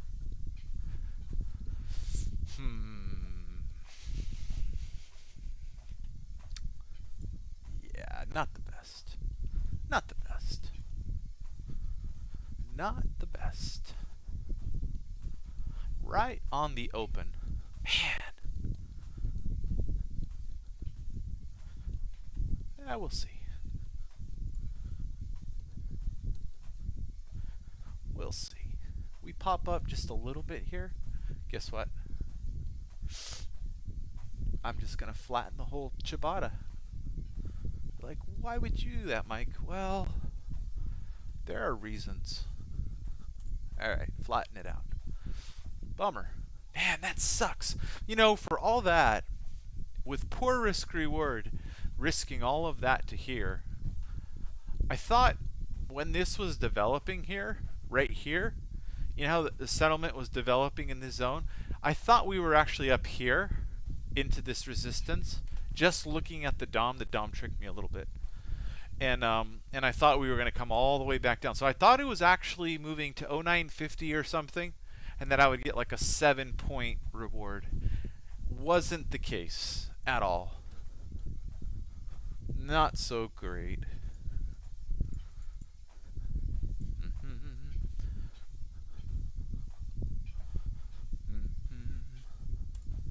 Bing!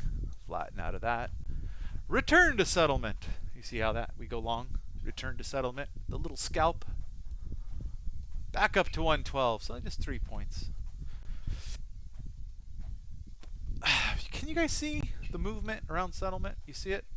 There's these. God, there's so many little trades here. Let me see. Here.